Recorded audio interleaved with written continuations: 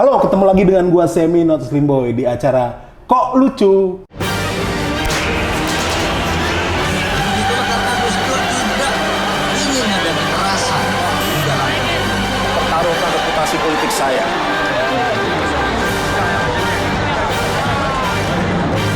Kok lucu? Karena gua memang profesi sambilannya komika juga, harus ngelucu. Tapi di acara ini kita ngomongin yang serius. Tapi memang Indonesia ini lagi lucu-lucunya. Seperti tamu kita hari ini sebenarnya ada di acara ini aja udah lucu, ya. Bang Semi ketemu dengan Bang Ade Armando. Wah, ini nggak usah dikenalin lagi ya. Ore. Ini cari jadwalnya susah banget Bang Ade ini. Bang Ade sehat ya? Sehat. Sehat ya. Sebenarnya gue nanya sehat ini katanya itu pertanyaan yang berulang-ulang ya. Berulang-ulang. Karena, setelah kejadian persekusi di depan gedung DPR itu sebenarnya udah 1,5 tahun yang lalu. pasti udah sehat ya. Insya Allah, amin. Secara psikis juga udah sehat. Secara psikis, sebenarnya nggak pernah terlalu sakit juga sih masa itu. Hatinya juga nggak sakit.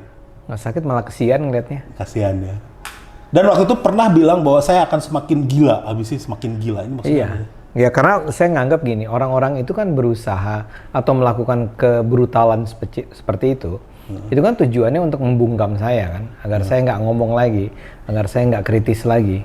Saya mau bilang, lo nggak akan bisa tuh membuat saya bungkam. Tapi sebenarnya itu acara hari itu adalah tentang demo penolakan 3 periode. 3 periode. Di mana gua juga orang-orang yang ada di sebenarnya setuju dengan konteks penolakan 3 periodenya itu. Tetapi iya. karena ada kejadian itu seolah 3 periode ini jadi ya itulah identik dengan jadi gini, kekerasan. orang juga harus tahu bahwa saya hadir di sana antara lain karena saya mendukung gerakan anti 3 periode. Ya. Dan saya bawa anak-anak muda yang ada di kantor saya tuh, anak-anak yang baru lulus kampus, lulus kuliah, untuk melihat langsung. Ini kan anak-anak baik nih, lihat langsung nih suasana pergerakan lah, suasana demonstrasi. Dan saya yakin waktu itu kondisinya tuh aman. Dan memang aman sih. Kan sebetulnya mahasiswanya itu bukan mahasiswa radikal ya. Ini mahasiswa-mahasiswa yang tertib sih demonstrasinya. Disuruh bubar-bubar, disuruh rapi-rapi gitu ya. Jadi itu semua berjalan dengan sangat baik. Yang saya tidak perhitungkan ketika itu adalah kehadiran saya ketika itu ternyata disebarkan informasi mengenainya oleh kelompok-kelompok yang sebetulnya selama ini menjadi musuh saya dalam politik, yaitu kelompok-kelompok yang saya sebut sebagai Islam radikal ya. Rupanya kehadiran saya itu menarik buat mereka. Jadi ketika itu disebarin tuh di medsos, Ade Armando sedang ada di depan Senayan pada pukul sekian. Karena memang Bang Ade juga tidak menyembunyikan keberadaan Bang Ade kan? Karena datang langsung wartawan lu yang ngumpul. Iya, ya. saya juga lihatnya di Detik. Ya, iya. Ini ada lihat kan? Pagi-pagi ada di Detik, sore-sore udah dipukul. Siang di Detik. Sore saya lihat berita di Detik udah. Ternyata itu seperti jadi magnet, mereka ngumpul dan saya tidak melihat itu sebagai sebuah ancaman bahaya. Jadi demo sih jalan terus. Tapi ketika para demonstran mahasiswa akhirnya didorong keluar oleh polisi, kondisi di depan Senayan itu kosong melompong, nggak ada polisi lagi. Ketika itulah saya bodoh sekali berjalan hanya dengan 2 teman saya di situ. Ketika itulah ternyata mereka menunggu dan mereka menyerang saya. Tapi ketika diwawancara oleh media juga udah mulai ada yang teriak kan? Pengkhianat lu apa kayak gitu ya itu kan sesuatu yang menurut wajar, saya sih wajar aja. Itu kan nggak fisik, itu sih makanan saya sehari-hari kan. Oke, nyalinya gede juga. Nggak, poin saya adalah nggak kebayang bahwa itu ujung-ujungnya akan menjadi sebuah tindakan fisik yang sangat brutal itu. Dan ini sebenarnya merugikan dari gerakan si penolakan 3 periode Persis. itu karena ketutup isunya. Persis. Saya juga dengar itu semua. Bahkan sebagian ada tuduhan bahwa saya sebetulnya sengaja datang ke sana agar menimbulkan kehebohan itu, agar orang tidak lagi bicara tentang 3 periode kan, yang menurut saya sangat tolol banget saya datang ke sana untuk mengorbankan diri.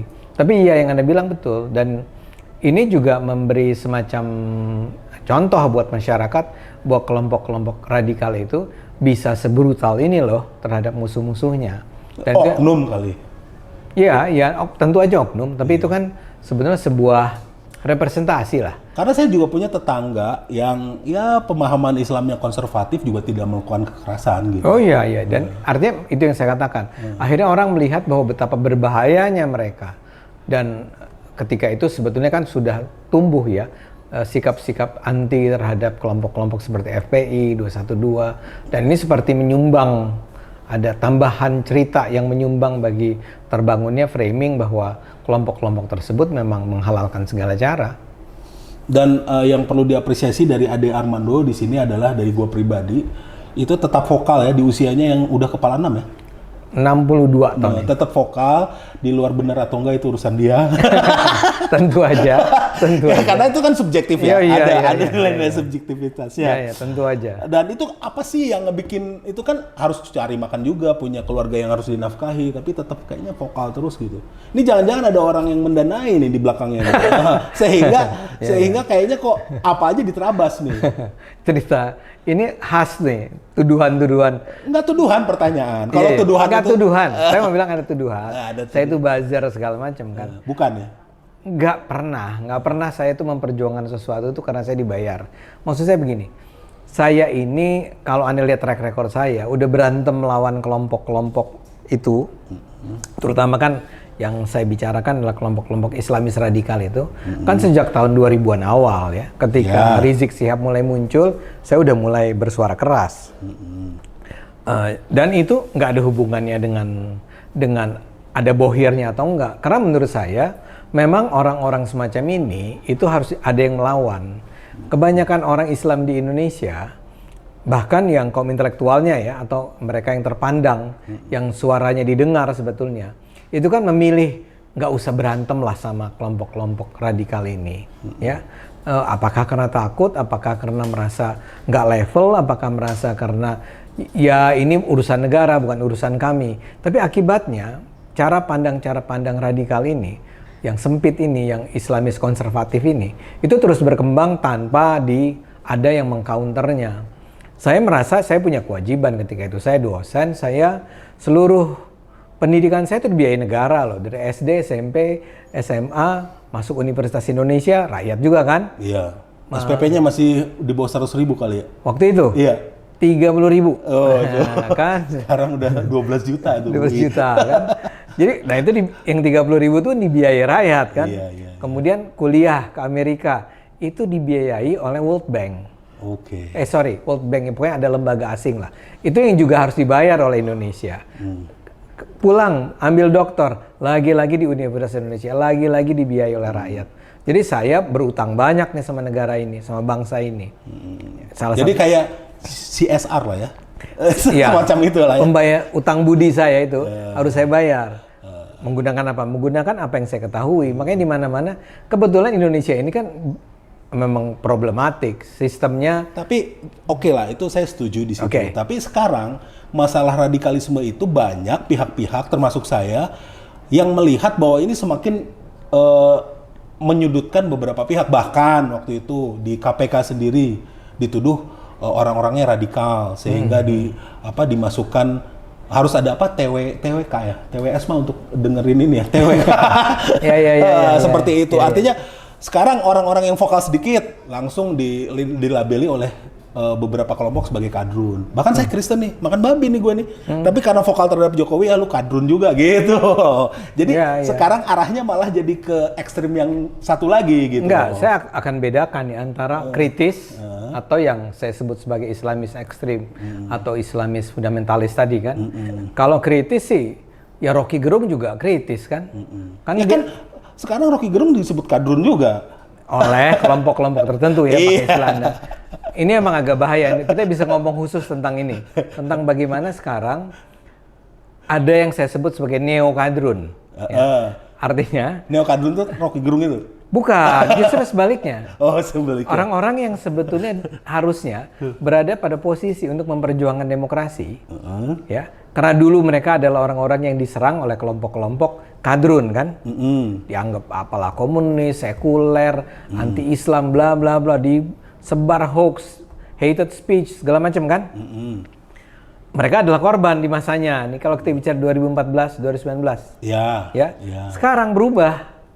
Mereka ini ternyata ketika sudah merasa punya power, itu melakukan hal yang persis sama terhadap musuh-musuhnya, terhadap atau nggak usah musuh lah, terhadap mereka yang mereka anggap sebagai berseberangan cara pandangnya dengan cara pandang mereka. Contohnya terhadap Rocky Gerung. I hate Rocky Gerung dalam artian saya nggak suka sebagai dia dengan cara berpikir dia ya. Artinya Anda tidak setuju dengan beberapa pendapat dia gitu. Iya, dengan Rocky ya.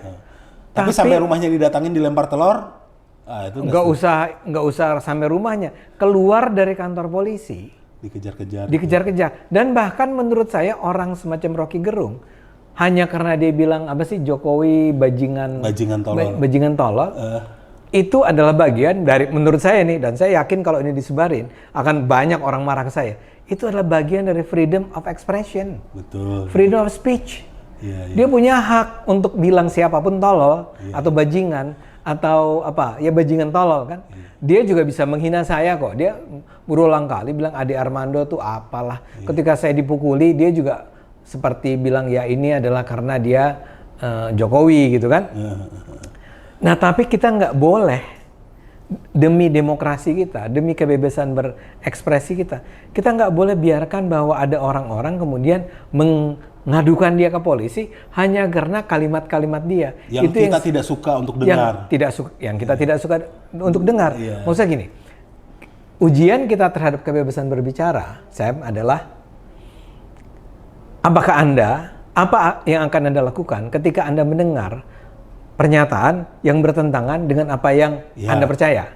Karena kalau cuma mendengar apa yang kita senang, ya itu bukan ujian namanya.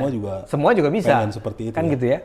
Tapi kalau Anda marah, Anda boleh marah terhadap pernyataan yang Anda nggak suka. Anda boleh marah terhadap Rocky Gerung. Tapi masa sih diaduin ke polisi gara-gara itu? Itu yang saya sebut sebagai neokadrun. Neokadrun. Artinya sebenarnya dia pandangannya sepertinya liberal. Semula kita pikir begitu. Tapi kelakuannya ternyata sama aja. Lu sama nggak tolerannya dong sama orang yang lu serang. Iya. Itu sekarang kan ngomong nih ke Bang Ade yang sekarang ini jadi caleg di PSI ya. PSI. Ya, jadi di PSI udah paling tua lah ya sekarang ya. Ada sih yang lebih tua ya kan, ada juga caleg-caleg. Cuman kayaknya sih di antara orang-orang PSI yang sekarang dituakan lah. Dituakan. Yang dikenal orang tuh. Tiba-tiba masuk nih Kaisang nih. 3 hari jadi anggota, baru 3 hari loh jadi anggota. Tiba-tiba 2 atau 3 hari besoknya jadi ketua gitu. Memang itu hak dari PSI sendiri, tapi PSI ini sebagai partai politik kan juga organisasi publik lah ya. Jadi publik bertanya-tanya, ini ada apa nih dengan kaderisasi di PSI? Kenapa bukan Bang Ade yang jadi ketua atau misalnya siapa Kokok gitu atau kenapa Kaisang gitu loh atau Raja Juli Antoni gitu. Oh iya. Kan bisa begitu. Iya. Ya karena memang pertama saya akan bilang dia bukan lembaga publik. Kita kan nggak dibayar sama sekali dengan uang negara. Ada anggarannya kalau menang itu per suara. Kalau menang kan. Tapi di DKI kan dapat duit tuh. Oke. Mungkin Anda benar ya. Iya. Tapi sebetulnya kan gini. Setiap partai itu punya ADART. Iya betul. Ya. Dan ADART kami memungkinkan itu terjadi. Itu pertama dulu ya. Supaya jangan ada yang bilang, wah ini melanggar ADART. Bohong. Nggak ada. ADART-nya bilang bahwa itu boleh. Keputusan diambil oleh Dewan Pembina. Kalau aku sih lebih nggak ngurusin ADART, cuma mempertanyakan. Betul, saya mulai dulu dari situ ya. Karena kan tuduhan terhadap PSI kan antara lain melanggar ADART kan. Iya. Tapi kedua adalah kenapa Kaisang? Terus terang kita bicara tentang orang yang akan bisa membawa PSI ke parlemen. Kita membutuhkan orang yang bisa membawa PSI ke parlemen. Parlemen pusat ya. Parlemen pusat. Kalau di daerah kan udah ada. Betul, Anda benar. Nah, selama ini sebenarnya PSI punya banyak sekali orang-orang terbaik saya rasa di Indonesia. Kalau Anda datang ke kantor PSI, Anda akan mendengar percakapan yang sangat intelektual, diskusi-diskusi yang sangat kritis dari para anggotanya, ya, para kader-kadernya. Tapi agar para kader-kader ini dengan gagasan-gagasan kritisnya ini bisa membawa dampak buat bangsa, ya, itu kita tidak cukup hanya menjadi sebuah partai non-parlemen pusat ya. Kita, kalau dalam bayangan saya, PSI harus masuk ke dalam parlemen dalam rangka memperbaiki keadaan Indonesia. Ya, kalau enggak ya itu cuma jadi ormas ya. Cuma jadi ormas. Iya. Saya selalu mengatakan PSI itu LSM sebetulnya. Iya, betul, betul. Tapi dia menjadi partai politik. Iya. Ya. Nah, ternyata memang tidak mudah untuk bisa lolos melewati parliamentary threshold. Ingat ya, di Indonesia ada aturan parliamentary threshold 4% itu. 4%. Pada tahun 2019, orang seperti Grace Natali, orang seperti Giring Ganesha, Samara Amani, Lolos sebenarnya. Lolos sebetulnya. Karena angkanya tuh dahsyat, di atas 100.000 di Hanya kayak Grace. PSI-nya tidak menyampai. Tapi PSI-nya tidak sampai. Sehingga gagasan-gagasan kritis anak-anak muda ini nggak pernah sampai. Nggak pernah mempengaruhi secara langsung ya, definitif terhadap undang-undangnya, ya, terhadap perancangan anggaran, terhadap perang melawan korupsi. Akhirnya hanya jadi pengamat politik ya? Jadi pengamat dan bersuara keras ya. Makanya dibilang nih bocil-bocil yang ribut kata. U19 disebutnya. U19. Kan, kedatangan Kaisang itu adalah berkah buat PSI. Ya. Kedatangan Kaisang itu seperti memberi harapan baru, terutama untuk, kan begini, Kaisang itu nggak bisa lepas dari Pak Jokowi kan. Iya, berarti oligarki dong? Kenapa oligarki? Oligarki nggak begitu kalau oligarki. Ini Pak Jokowi. Dinasti? Nah, ada soal dinasti. Iya. Tapi kita ngomong ini dulu ya. Jokowi adalah menurut saya saya tahu Anda nggak setuju sama ini. Iya, udah santai aja. Gua bukan Najwa Shihab yang langsung Iya. nikah. Jadi gini, buat kami Jokowi adalah presiden terbaik. Buat Anda ya? Ya, buat kami. Iya, oke. Bukan siap. kita. Iya. Ya. Bahkan lebih baik dari Soekarno. Oh, jauh. Jauh. Dari SBY jauh lah ya. SBY jauh. Habibie jauh. Mungkin Habibie terlalu sebentar. Gus Dur. Gus Dur terlalu sebentar. Dan dia lagi sakit waktu itu. Oke. Nggak Berarti adil. di atas Gus Dur ya? Di atas Gus Dur sebagai presiden. Iya. 10 tahun terbaik Indonesia itu di bawah Jokowi menurut kami. Oke. Nah, orang ini itu dia hebatnya bukan karena dia diktator, bukan karena dia menggunakan kekerasan, tapi karena gagasan-gagasannya dan apa yang dia sudah lakukan, ya. Nah, ini kita memerlukan figur seperti ini, seperti dia. Kita akan sangat bahagia kalau Jokowi memutuskan setelah turun dari kantor kepresidenannya, dia menjadi ketuanya PSI kan? Oh, itu Pak Jokowi ini. Iya. Tapi kan nggak mungkin. Itu in your dream kata orang kan? Bisa aja sebenarnya. Bisa aja, cuman enggak lah ya, kita tahu. Dan dia orang PDIP kok ya. Jangan diambil dong dari PDIP. Ya, nggak enak sama tim senior ya. Above 40. Anyway, saya mau bilang adalah bahwa ada dia, ada Gibran. Gibran juga lagi-lagi PDIP.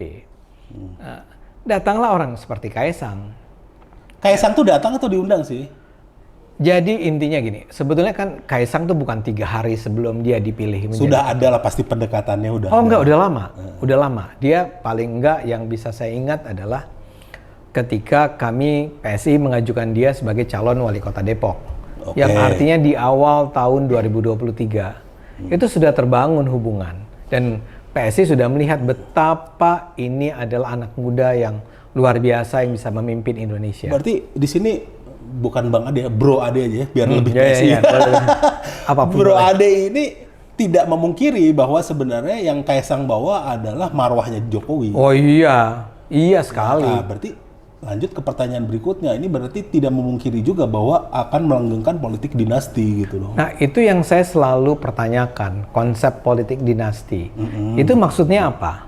Karena begini, kalau ini cuma persoalan keluarga, politik keluarga atau keluarga politik, loh itu kan sama sekali tidak didinai oleh demokrasi. Di negara sehebat Amerika Ya, Serikat, ada keluarga Kennedy. paling gampang Kennedy, paling gampang yang presiden terus jadi presiden lagi, walaupun ada jarak itu Bush. Ya.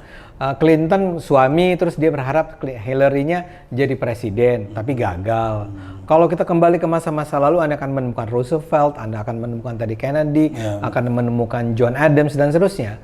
Di dunia ini juga ada Ali Bhutto, anaknya Benazir Bhutto. Ada Aquino, anaknya juga Aquino gitu ya. Sekarang di Filipina Marcos ya. Marcos Iya, dinasti ya? Iya. Kalau itu beda. Betul, sama enggak benar. Anda benar. Jadi bapaknya ditumbangkan, tapi anaknya sekarang naik lagi. Jadi itu adalah sebuah hal yang sangat biasa, normal saja dalam demokrasi. Yang kita persoalkan adalah kalau naiknya si anak atau si keponakan atau si istri itu dilakukan dengan cara-cara yang di luar konstitusi. Misalnya menggunakan aparat negara, misalnya menggunakan fasilitas publik, menggunakan hal-hal yang sebetulnya menjadi privilege-nya seorang pejabat, itu dipakai untuk memenangkan saudaranya, keluarganya, istrinya, dan seterusnya. Kalau cuman bapaknya politisi, anaknya politisi, ya Megawati, anaknya Puan. Ya itu dinasti juga sebenarnya. Betul. Dan kita nggak punya masalah sama sekali. PSI tidak pernah menolak itu, atau saya at least tidak pernah menolak itu. SBY dengan anaknya, AHY, siapa lagi Nggak, sebenarnya nggak masalah sih itu. Hanya Ya. kan yang kalau gue secara pribadi ngelihatnya nih Kaisang ini di awal-awal ya lebih terkenal dengan sang pisangnya, terus usaha-usaha kulinernya. Belum ada istilahnya orasi-orasi politiknya yang istilahnya nih gue peduli dengan kebijakan publik. Kalau dibandingkan dengan keluarga Kennedy, mereka kan memang memperjuangkan. Kalau ini kan tiba-tiba masuk dan sebagainya. Mungkin kalau tadi udah terkenal dengan orasi-orasi politiknya, ngomongin soal kebijakan, setahun kemudian jadi ketua umum nggak masalah, gitu loh. Ya ini juga nggak masalah. Yang bikin masalah kan Anda. Enggak, cuma tanya doang. Cuma tanya doang, masa nggak boleh nanya? Kan publik ini ngelihat nih. Boleh. Sehingga kan ini mempengaruhi juga nih saya mau milih PSI atau enggak nih, gitu kan. Enggak, tapi kembali ke premis Anda kan bahwa seseorang, kan ada banyak juga yang bilang orang tuh harus mengalami proses kaderisasi dulu, belajar politik dulu. Tapi kan pertanyaan saya adalah kalau tidak melewati proses itu, boleh nggak, bisa nggak? Saya melihat, saya pribadi nih, saya ketemu sama Kaisang, ngobrol sama dia, melihat gagasan-gagasan dia. Saya tidak melihat dia sebagai seseorang yang tidak layak menjadi seorang politisi, menjadi ketua partai. Ya mungkin publik itu hanya kurang melihat gagasan atau concern Kaisang sebelumnya. Termasuk saya nggak lihat itu. Belum. Karena dia di sosmed kan selama ini cuma cengengesan. Ya kan? Tiba-tiba jadi ketum partai, ya saya belum lihat nih gagasan politiknya. Tapi oke lah, kalau itu dijamin ke depannya kita pantau aja gitu ya. Persis, pantau saja. Dan satu hal yang harus Anda ingat, PSI itu ditaburi oleh banyak bintang. Orang-orang pintar. Saya itu cuma orang tua yang datang untuk membantu PSI. Tapi kalau ngelihat anak-anak mudanya yang berusia 30, berusia bahkan masih 20-an, ada yang 40, itu pinter-pinter banget. Ya ada teman gue juga anak ITB, ada Arif ya. Rif, ini ada temennya namanya Semi, sama-sama SMA 3. Enggak, nanti masih ada di grup WhatsApp, nanti gue foto. Nah itu ya, sekarang ke manuver Bang Ade sendiri ya. Bang Ade kan dulu terkenalnya, salah satu ya, terkenalnya banyak sih. Itu di Cokro TV, terus tiba-tiba keluar. Kenapa sih keluar dari Cokro TV? Karena saya dianggap, maaf sedikit menambahkan konteks, karena kalau dari sisi cita-citanya Bang Ade melawan radikalisme dan sebagainya, Cokro TV ini kan media yang tepat kan? Ya kan, menurut Anda lah setidaknya ya. Terus karena menurut lawan politik ini media buzzer juga dianggapnya. Oke lah, menurut Anda kan ini kendaraan yang tepat untuk dan sering viral juga, subscribernya udah banyak. Ikut membangun juga lah bisa dibilang kan. Terus tiba-tiba udah gede, tiba-tiba cabut nih. Ya konteksnya politik ya. Ada situasi politik tertentu yang menyebabkan akhirnya saya merasa kecewa dengan apa yang jadi polisinya Cokro TV. Cokro TV ini kenapa nih menurut Abang? Ya makanya karena itulah saya keluar ya. Jadi nggak ada kaitannya sama pluralisme, nggak ada kaitannya sama isu korupsi. Karena itu dua perjuangan besar yang selalu saya gaung-gaungkan. Jadi ceritanya begini, saya itu sebetulnya menilai sangat tinggi Cokro TV ya, dan saya sangat happy dengan kerjasama saya dengan Denny Siregar, dengan Eko Kuntadi, dengan Nong Darul Mahmada, dengan semua ya. Tapi sampai satu tahap di mana ini kan pertarungannya adalah begini. Saya itu adalah orang yang mendukung Ganjar ya, dan berulang kali di berbagai video lama saya itu mengutarakan dukungan saya terhadap Ganjar dan upaya saya mempersuasi publik untuk mendukung Ganjar. Sampai hari ini ya? Sampai hari ini udah enggak. Oh enggak. Ya, nanti bisa ngomong kenapa enggak ya. Ya. Tapi saya melakukan itu. Ya. Tapi kemudian saya melihat bahwa ada persoalan serius dengan kubu Ganjar. yaitu kubu PDIP-nya. Maka ketika itu saya mengkritik kubu PDIP. Menurut saya, Ganjar bisa kalah kalau kubu PDIP tidak berubah. Singkat kata tuh, misalnya saya menyebut soal penolakan Israel, tim Israel. Ya. Di Piala Dunia ya. Iya. Under Itu kan 20. sama Gubernur Bali juga Koster ya. Tapi menurut saya yang paling terkena akibatnya adalah Ganjar. Dan memang data menunjukkan setelah kasus itu suara Ganjar tuh terus drop ketika itu. Elektabilitasnya di survei-survei. Kemudian saya juga mengkritik bagaimana Pak Ganjar itu dipanggil sebagai petugas partai. Ya, menurut saya itu nggak pantas dan itu akan menjatuhkan elektabilitas Pak Ganjar. Tapi kan kebiasaan PDIP memang begitu. Puan bahkan bilang Jokowi petugas partai. Justru itu menurut saya harusnya tidak dilakukan di ruang publik. Kalau Anda mau melakukannya di partai, di dalam organisasi, ruang rapat, terserah lu. Ya. Dalam hal ini saya setuju nih. Ya, nah kan begitu ya. Nah itu saya berulang kali mengatakan itu. Karena saya ketika itu khawatir dengan turunnya suara Ganjar. Nah ternyata ya ini menimbulkan kemarahan baik di kubu PDIP maupun di kubu pendukung Ganjar. Saya dianggap sebagai orang yang justru menjatuhkan Ganjar. Yang saya bilang enggak, saya itu menyerang PDIP for the sake of elektabilitasnya Ganjar. Nah ada berbagai kejadian sampai satu saat tiba-tiba video saya di take down di Cokro oleh pimpinan Cokro ya. Kayak itu saya bilang kenapa? Ya, karena tidak buat mengingat saya adalah sebetulnya anggota dari Dewan Pembinanya Ganjarian yang adalah sebuah tim relawannya Ganjar. Nah, pendukung Ganjar itu menganggap atau tim Ganjar ini menganggap bahwa apa yang saya lakukan counterproduktif buat Ganjar. Nah, menurut saya kan sangat percaya pada kebebasan berpendapat. Saya justru menganggap bahwa perlu ada justru diskusi-diskusi semacam ini. Ya, saya bisa mengkritik siapapun harusnya. Saya bisa mendukung Ganjar, tapi juga bisa mengkritik PDIP. Dan ketika itu di take down, ketika itulah saya bilang, kalau begitu di Cokro TV sekarang sudah tidak lagi dihormati kebebasan berpikir, berbicara kita. Dan saya tidak mungkin berada di tim itu selanjutnya, mengingat itu harga yang menurut saya, itu prinsip yang harusnya tidak bisa ditawar-tawar. Jadi hari ini udah nggak dukung Ganjar lagi nih? Jadi kalau soal Ganjar, ceritanya jadi begini. Saya pada dasarnya adalah pendukung Ganjar. Tapi kemudian saya diserang terus oleh baik PDIP maupun pendukung Ganjar sendiri. Jadi diserang secara internal ya? Secara internal kalau saya mau katakan ini sebagai internal kan? Dan itu ada fitnah, ada segala macam. Sampai ada hal-hal yang sama sekali menurut saya nggak pantas dilakukan oleh kubu mereka terhadap saya. Dan pada saat yang sama datanglah timnya Prabowo ya ke kantor PSI itu. Kantor PSI yang pertama kali kan itu.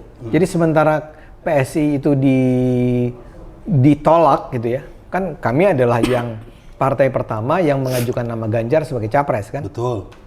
Ditolak oleh PDIP kan. Kita nggak bisa komunikasi, kita nggak bisa ketemu dan seterusnya.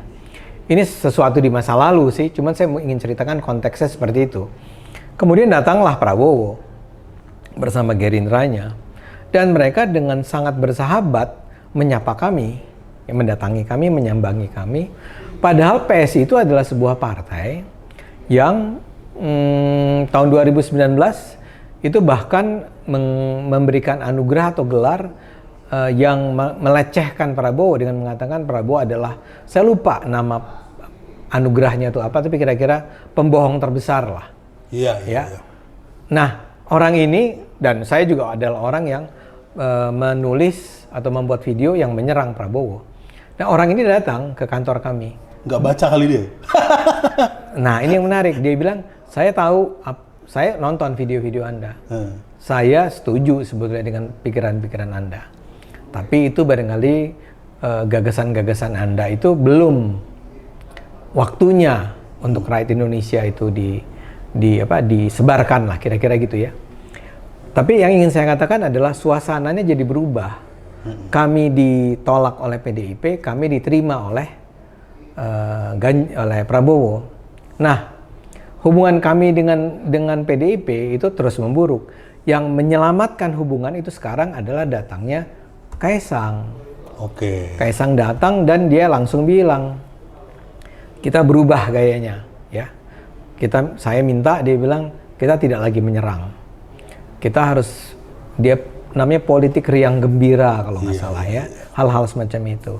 Termasuk saya yang diingatkan secara khusus. Jangan terlalu vokal gitu. Kalimatnya jangan mencela. Jangan mencela. Ya. Jangan mencela. Itu termasuk peringatan yang terakhir yang waktu Bang Ade mengkritik soal Megawati menggunakan badan intelijen untuk... Nah, itu hoax.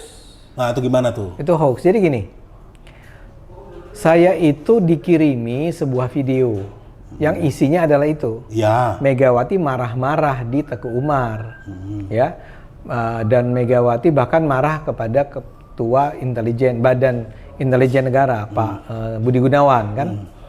Nah terus yang dimarahin ada Pak Budi, ada Hasto, ada Pak Hasto, ada Ganjar lah, kira-kira gitu, ya. Dan di situ juga dibilang di video yang saya terima itu dikatakan bahwa selama ini BIN itu sudah digunakan untuk mendukung Ganjar. Itu sebetulnya saya gunakan sebagai contoh hoax. Oh. Jadi di situ saya dikatakan di awal dan di akhir bahwa ini nggak bisa dipercaya ya. Dan saya meminta agar orang berhenti dong, jangan menggunakan hal-hal semacam ini lagi. Oke, kita bertarung dengan ini aja lah, dengan jujur, dengan damai. Bukan karena Kaisang ya, tapi saya memang tidak pernah percaya dengan menggunakan hoax. Hoax itu harus kita hindari. Fitnah itu tidak boleh kita gunakan. Saya tidak percaya pada siapa yang bilang the end justify means, ya, bahwa itu nggak boleh. Tujuan menghalalkan cara itu nggak boleh. Ternyata oleh mereka yang ingin mengadu domba saya dengan PDIP, itu bagian itu dipotong. Hanya, jadi yang muncul hanya bagian di mana saya mengatakan sebetulnya di dalam video tersebut dikatakan bahwa BIN digunakan bla bla bla bla. Oleh cuplikan itu disiratkan atau dijuruskan bahwa Bang Ade ini setuju dengan video tersebut ya? Sayalah yang mengatakan itu seolah-olah. Iya. Sayalah mengatakan bahwa BIN digunakan. Sayalah mengatakan bahwa Megawati itu marah-marah. Padahal sebenarnya konteksnya adalah video ini telah mengatakan seperti ini. Dan saya bilang ini nggak bisa dipercaya. Oh gitu. Gimana? Ya kalau terus akhirnya dipanggil Kaisang gara-gara ini ya? Enggak, bukan itu. Yang akhirnya ditegur Kaisang bikin video dan sebagainya itu? Ya jadi gini, Kaisang itu tidak secara spesifik ngangkat yang itu, bukan yang itu. Tapi kan saya memang dikenal lah sebagai orang yang nggak pernah ragu-ragu untuk... Nggak ada remnya lah ya? Nggak ada remnya. Kalau nyerang PDIP. Jadi kata Kaisang nih, saya manggilnya Bro Kaisang. Mas sekarang. Kaisang juga nggak apa-apa, Ya, kelihatan ya dia. Ini manggilnya Mas nih. Ya. Bro Mas Kaisang. Ya. Itu dia bilang, kita nggak, Bang Ade kita minta itu, ya kalimatnya nggak persis begini ya, tapi kira-kira dia bilang, ya kita nggak begitu ya, kita tidak lagi sekarang berhadapan dengan konfrontatif melawan PDIP. Ya ngerti lah, bapak saya masih di situ. Bapak siapa? Bapaknya Kaisang. Oh iya. Abangnya masih di situ. Iya, jadi Bapak jangan serang lah gitu. Tapi kan memang saya percaya memang gayanya Pak Jokowi itu mungkin menular ke anak-anaknya. Kan persuasif ya? Persuasif. Jokowi kan dihina apapun. Makanya gue nggak mau ketemu Jokowi karena nanti takutnya jadi. Tapi dia kalau Anda hina gitu, dia pasti kan nanti lama-lama gue I love you jadi.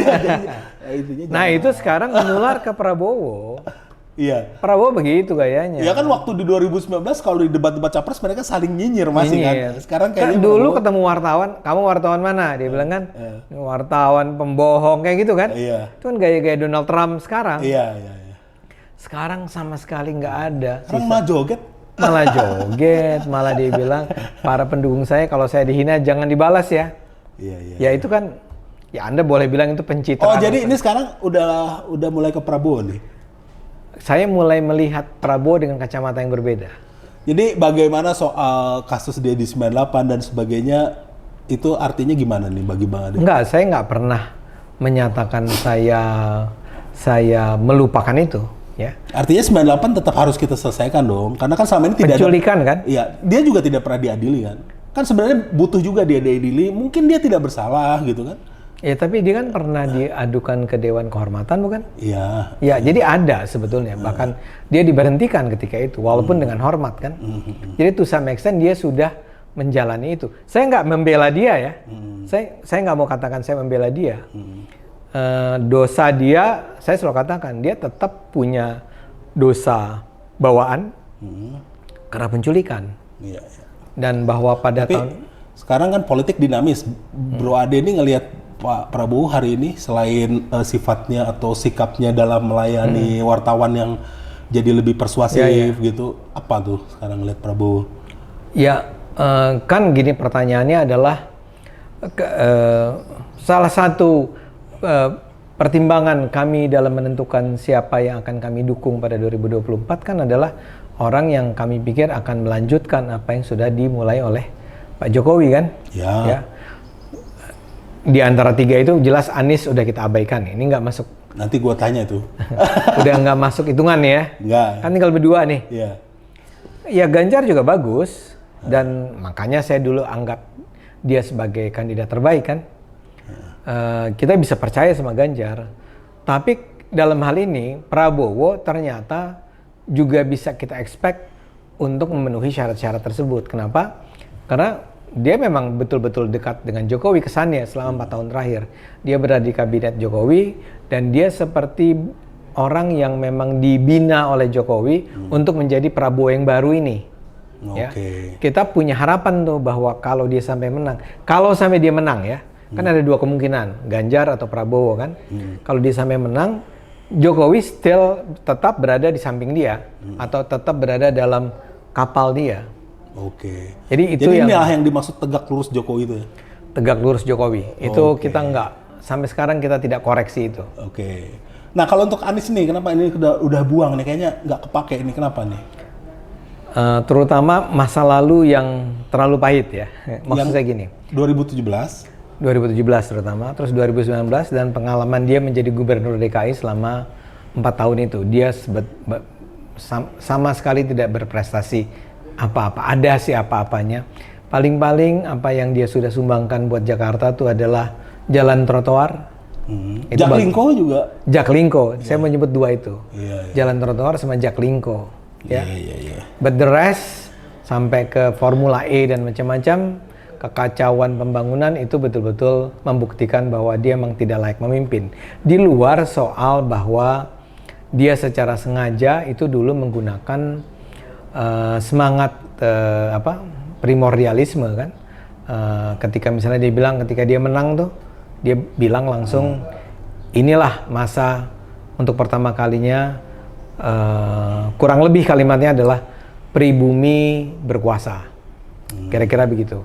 Tapi kalau sekarang ada serangan ke Pak Anies soal dia turunan Yaman dan sebagainya, juga Anda nggak setuju kan? Oh iya, saya anti rasisme. Artinya dari sisi itu juga kita harus perbaiki dong, ya kan? Karena itu dilakukan oleh pendukung Ganjar juga kan? Itu yang saya sebut sebagai kaum neokadrun.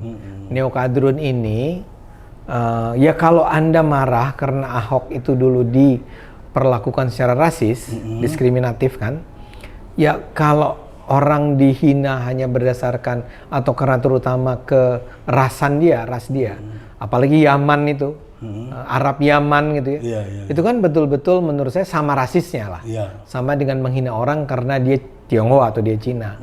Itu makanya saya pernah bikin video yang kemudian dipertanyakan oleh banyak orang karena saya bilang saya menganggap bahwa Anies berhak untuk menjadi presiden Indonesia walaupun dia adalah seorang Arab lah kira-kira gitu. Poin saya adalah orang banyak mengkritik dia adalah jangan pilih Anies karena dia Arab, ya. Dia bukan pribumi dengan kata lain. Itu logika yang sama yang digunakan dulu untuk menghantam Ahok. Dan saya bilang enggak. Kalau itu alasannya, Anies berhak untuk menjadi seorang presiden. Kalau itu alasannya. Jadi menurut Bang Ade, Anies ini tidak layak dipilih. Poin utamanya justru karena dia tidak layak untuk memimpin. Performance dia buruk Buruk Kedua adalah karena dia dulu memang dengan sengaja mengucapkan kalimat-kalimat rasis. Yang 212 itu, yang terkait dengan demo 212. Dan dia bikin statement, begitu dia menjadi seorang gubernur, dia tuh bilang bahwa ini adalah kemenangan pribumi. Nah, itu ya. Itu kalimat itu ada. Soalnya kalau dari dia. terkait dengan 212 itu kan bisa dibilang blessing in disguise ya. Artinya yang terjadi di Pulau Seribu juga di luar kontrol dia Anies, gitu iya, ya. Betul. Terus ada masa yang menuntut, Iya. akhirnya masa itu membelokkan ke Anies itu juga di luar kuasa dia sebenarnya kan. Kalau itunya iya. Tapi bahwa dia sendiri bilang bahwa ini adalah kemenangan pribumi, menurut saya itu menunjukkan cara pandang dia mengenai Indonesia. Ya kan ironisnya dia adalah sebenarnya keturunan Arab yang kemudian sekarang dipakai oleh neokadrun untuk menyatakan lo juga nggak pantas jadi presiden Indonesia. Itu yang salah ya. Artinya Itu dia salah. tetap boleh jadi presiden, hanya Boleh. Bang Ade tidak akan memilih dia karena tidak becus memimpin lah menurut Bang Ade lah. Iya, seperti itu yang terpenting. Yang Dua paling hal penting. terpenting lah. Karena udah ada buktinya bahwa dia gagal, dia emang nggak bisa mimpin. Ya. Gitu. Ya. Ya menurut Bang Ade lah setidaknya. Iyalah, menurut Karena saya. kalau menurut pendukungnya berhasil dia. Iya, pasti. Iya kan sama juga ketika Iya. Jokowi juga kan sekarang banyak nih konflik Iya. tanah dan sebagainya. Betul. Jadi banyak juga darah nih di kepemimpinan Jokowi. Jadi nggak 100% benar lah yang kita omongin ini. Itu kan kata Anda. Iya Ya, betul. Iya. Ini anehnya kita berdebat tapi saling menerima ya. Dan harusnya berdebat ya seperti ini. Nah ini sekarang nih pertanyaan ya bisa dibilang artinya di antara tiga itu Prabowo, Ganjar dan Anies. Coba di ranking nih. Kira-kira Bang Ade paling berat kemana? Kayaknya ketiga udah pasti Anies nih. 1-2-nya nih. 1-2-nya saya nggak bisa tentukan. Karena gini, masing-masing punya keunggulan dan kelemahan sekaligus. Jadi bagi Bang Ade mau Ganjar mau Prabowo Pada dasarnya, seamless. Oke pada lah, dasarnya buat saya oke dua-duanya. dua-duanya. Asal jangan Anies lah ya. Asal jangan Anies. Ini asal jangan Anies nih. Ayo hajar nanti minggu depan gua datengin Bang Geis deh. Ya contohnya anak buahnya tuh levelnya guys. Nggak ini, nggak apa-apa nggak usah diedit lah. Toh guys sudah menghina-hina saya juga. Iya. Tapi gua yang tipis-tipis sedikit membela Anies ini aja dibilang tim ses nih. Ya itulah jahatnya neokardun. Jahat memang. Ya bayangin yang saya bilang tadi itu bahwa Oh tipis-tipis aja. Ini kayak gini nanti Iya, gua iya. dibilang nih pembela Anies. oh nih. iya. Ya udah kita memang berhadapan dengan netizen yang begitu kualitasnya ya. Dan kita nggak boleh masukin ke hati pernyataan-pernyataan itu. Kayak sekarang ini misalnya saya memuji Prabowo karena dia berubah. Iya. Dan menurut saya dia layak dipuji karena orang berubah, ya kan? Terus saya mulai dong beredar fitnah. Ade Armando itu memperoleh 3 miliar dari Prabowo. Waduh, bagi dong 1 miliar. Ya makanya saya bilang ya Bang Ade ini ya diundang ke sini ini tanpa amplop ya. tanpa amplop. Saya kan ngomong kemana-mana juga nggak peduli sama dari dulu. Jadi bukan sekarang Makanya aja. justru orang curiga, ini duitnya dari mana gitu loh. Kok kemana-mana kayaknya. Ya, gini loh Sam, saya itu udah selesai sebenarnya dengan diri saya. Oke. Anak saya udah lulus dua-duanya, udah kerja dua-duanya. Udah nikah juga jangan-jangan. Belum. Tapi itu kan nggak terlalu bermasalah buat saya. Iya. Terus, Kecuali orang Batak loh kayak gua. Kenapa? Mestainnya mahal. nah untung saya nggak. Nah, ini keluarga saya nih yang anak saya tuh kepengen kita nggak usah besar-besar ya. Kalau Kayak kita gitu loh. nggak besar. Nggak bisa ya. Ya. Itu saya bersimpati loh, Sam.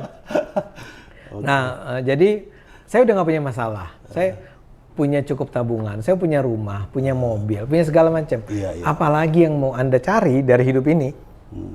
Jadi kalau pas selalu menggelikan bahwa ketika saya dukung Jokowi dibilang buzzer Jokowi dan akhirnya saya orang bayarannya Jokowi. Sekarang saya dukung, sebetulnya bahkan saya belum dukung loh Gerindra dan Prabowo, tapi udah langsung dikatakan. Tapi udah datang ke Hambalang. Udah datang ke Hambalang karena diundang. Anda Masa nggak datang ya? Masa nggak datang? Kayak Prabowo datang ke PSI. Masa diusir ya? Masa diusir? Kan kita terima dong. Dan orang mengatakan, tapi menerima Prabowo dengan penuh sukacita. Ya, Anda pikir harusnya kami gimana dong? Ada tamu datang, kita cemberut-cemberut. Kan nggak mungkin dong. Dia datang kita tepuk tangan. 2014 gue punya jokes itu. Karena gue sebenarnya di situ hardcore Jokowi juga. Siap. 2014 itu gua ingin Jokowi presiden. Gitu. Right, oke. Karena gua nggak mau presiden yang kalau gua baru stand up comedy malam ini besoknya gua ngilang. Gua bilang. Tapi lu jamin ya, kalau Prabowo yang menang gua nggak ngilang ya. Nggak tahu. Kok gue yang jamin? Lagu aja mungkin hilang kan. Kita nggak pernah tahu, Sam. Hidup memang seperti itu. Iya. Hanya itu dibawain lagi sama Butet dengan cara yang lain ya di PDI ya. Waktu itu di ulang tahun apa ya? Di Yang katanya bikin marah. enggak lucu juga sih mungkin Butet. Enggak ada yang ketawa. Mungkin orang nggak ketawa tuh antara lain takut. Udah mulai takut. Iya kan? Iya. Karena sekarang kan posisi Jokowi dan Prabowo ini ya udah satu kapal di. Iya. Ya bisa dibilang gitu. Dan saya juga mengatakan bahwa kenapa ada untungnya anggap berada di kubu Prabowo, keraman. Iya. Kan Nggak ngilang ya? nggak ngilang, nggak ada yang berani ngegebukin gua lagi. Kan orang bilang tuh, Anda kok dukung Prabowo? Dulu yang ngegebukin Anda itu adalah kubu Prabowo. Oh, satu lagi tuh yang Prabowo tiba-tiba ngomong, saya menyesal pernah bersama dengan kaum radikal. Iya. Itu benar nggak dia ngomong gitu? Iya, sama Grace kan? Iya. Dia ngomong begitu. Cuman kan kalimat semacam itu tidak boleh diungkapkan ke publik sebenarnya. Nah, tapi kok bisa nyampe ke publik? Karena Grace Berarti Grace yang ngaco nih. nggak ngaco, cuman ya dia tidak merasa Terlalu bahwa excited lah ya. Iya. Karena kan ditanya, persis seperti Anda nanya gitu kan. Bu Grace itu Anda sekarang bersama dengan Prabowo yang dulu itu berkolaps gitu ya. Dengan kelompok-kelompok yang selama ini diserang oleh PSI. Iya. Ya dalam keadaan begitu keluarlah penjelasan Grace bahwa iya, tapi Pak Prabowo udah mengatakan dia udah berubah. Dan saya percaya bahwa itu dia udah berubah. Dari apa yang saya kan beberapa kali datang tuh ada ke Hambalang, ada ke kantor relawannya Prabowo kan? Ya. Dan suasananya tuh memang suasana yang nggak ada bau-bau Islamisnya. Kaum radikalnya itu hilang. Dan ternyata emang terbukti 212 bikin statement, kami tidak akan mendukung Prabowo. Tapi dari 2019 juga seperti itu kok. Prabowo itu kan ibunya Katolik ya kalau nggak salah ya. Jadi ya sebenarnya dari keluarga yang plural. Justru itu saya sih menganggap sebetulnya himself gitu ya, Prabowo himself itu pluralis. Dan bahkan sebenarnya Anies pun pluralis. Dia kan dari Paramadina, nggak mungkin. Paramadina dan anaknya nggak pakai jilbab, bro. Iya. Ya kalau dia temannya itu Pak Nurkolis Majid dulunya, artinya kan memang pandangannya liberal. Betul, liberal. Lingkungannya lingkungan liberal. Sebetulnya nggak cuma dia, memang ketika itu yang saya sangat kecewa ketika dia bikin kalimat tadi itu. Ini adalah kemenangan kaum pribumi. Ya mungkin itu kita perlu tanyakan lah ya nanti. Kalau Dan yang jelas saya alasan kedua ini lebih masuk akal lah. Kalau dianggap dia tidak layak memimpin gara-gara performance. Kayaknya kalau rakyat Indonesia fokus ke situ semua kan lebih enak sebenarnya daripada ngolah-ngolah isu yang juga itu juga masih secara subjektif. Tapi Anda perhatikan nggak, memang di Indonesia ini kita nggak berdebatnya soal substansi. Iya memang. Memang capek gitu. Aku pernah bilang bahwa Indonesia ini nggak nyari pemimpin, tapi nyari siapa yang kita mau salahin. Mau dibully. Iya, jadi makanya saya bilang dulu, gubernur paling enak itu adalah tetap Foke, karena nggak punya pendukung. Jadi kalau kita kena macet, anjing nih Foke, udah selesai. Ini kan waktu Ahok pendukungnya banyak, Pak Anies pendukungnya banyak. Iya, dan ini yang berantem nih. Iya, ketika kita mengkritik Anies, pendukungnya marah. Iya, makanya saya sekarang ini untuk 2024 saya berharap suasana hari ini tuh terus bertahan sampai Februari. Iya. Karena saya menangkap orang boleh berkomentar apapun ya. Tapi sebetulnya apa yang dijalankan oleh kubunya Prabowo atau juga bahkan kubunya Anies, mengingat dia juga nggak punya kubu sih sebetulnya. Ya, itu memang menyelamatkan Indonesia. Iya, sebenarnya dengan dia ketemu Caimin, nah itu kan mungkin mau persis. Orang boleh nggak suka ya. Cuman saya justru bilang saya harusnya diapresiasi. Iya. Cuman kan saya nggak mungkin apresiasi dia, mengingat saya kan anti dia. Oh iya. Kapan lagi kan istilahnya NU sama PKS gitu ketemu. Dan Anda bayangkan. Kan ini yang dicita-citakan perdamaian Indonesia. Iya. Ini bayangkan nih, 212 datang nih ya, berusaha merapat, ketemu sama Caimin, ketemu sama PKB, yang nggak nyambung dong, ya kan? Jadi saya menganggap bahwa tahun ini nih. Mudah-mudahan terjadi, mudah-mudahan bertahan. 212, FPI, Rizik dan kawan-kawan jadi non faktor. Iya. Jadi non faktor. Nah, karena itu ya baik kubu Prabowo maupun kubu Ganjar itu jangan sampai tertarik. Nah, itu dia. Ya kan? Karena kita tahu kan dia akan kemungkinan besar kalau ada 3 kontestan, bukan kemungkinan, pasti harus masuk, hampir pastilah masuk ke putaran kedua. Di putaran kedua, kelompok-kelompok pendukung Anies itu bisa bermain dong. Ya, mau kemana? Mau kemananya, ya. Mudah-mudahan yang bermain tuh bukan yang kelompok 212-nya, tapi yang PKS-nya, yang kelompok-kelompok. Makanya, nah ya untuk pendukung Ganjar dan Prabowo jangan terlalu frontal nyerangnya, karena nanti di putaran kedua tuh jadi temen lu. Persis. Tapi kita juga harus ingatkan ya, Pak Prabowo maupun Pak Ganjar, betapapun Anda tertarik sama kelompok-kelompok ini, please berhati-hati. Jangan biarkan mereka menjadi faktor yang menentukan sehingga nanti Anda harus bayar utang setelah jadi presiden. Tapi sebenarnya nggak perlu takut juga ya. Dulu Pak SBY juga Habib Rizik dipenjarain sama dia gitu. Wah, tapi kan kalau Anda lihat kapan kelompok-kelompok itu tumbuh, itu di zaman SBY. Iya. Itu pasti ada deal. Memang sempat dipenjara sebentar kali, nggak tahu berapa lama. Tapi setelah itu mereka gaspol. Itu kita perlu sesi khusus lagi ya. Mungkin nanti gua diundang ke podcastnya Bang Ade sebagai tamu, nggak usah dibayar juga sebagai inilah, ini pasti kita barter gitu. Boleh. Ngomongin apa tapi? Ya terserah lu. Iya. Kalau dianggap masih relevan ya. Iya. Oke.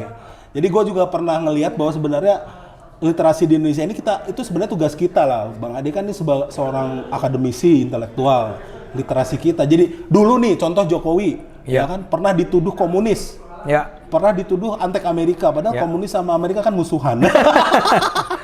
Iya betul, persis. Berarti itu jelas orang yang literasinya antek komunis. Ini kan jelas musuhan, berarti hebat di tangan Jokowi itu Marxisme dan Adam Smith dipersatukan. Iya. Iya kan? Oke. Nah, masalah yang bikin cerita itu nggak ngerti siapa itu Adam Smith, siapa itu Marxisme. Emang nggak ngerti aja dia. Oke ya, Bang Ade, makasih ya. Sama-sama. Thank you lah, Semi. Semoga sukses untuk apa yang dilakukan, entah itu di YouTube, entah itu di partai. Anda janji ya kalau saya undang Anda dan Anda punya ide lain, ide yang menarik kita angkat, kita ngomong di tempat saya. Boleh. Cuman penonton kami sekarang ya nggak sebesar Cokro. Iya, nggak apa-apa. Oke? Iya, kan tujuannya ini kita bikin ini juga untuk nyaingin Cokro. Jangan. Saya masih cinta sama Cokro. Oke, selamat sore. Terima kasih ya Bang Ade ya. Yuk. Sampai jumpa lagi di episode berikutnya dari Kok Lucu.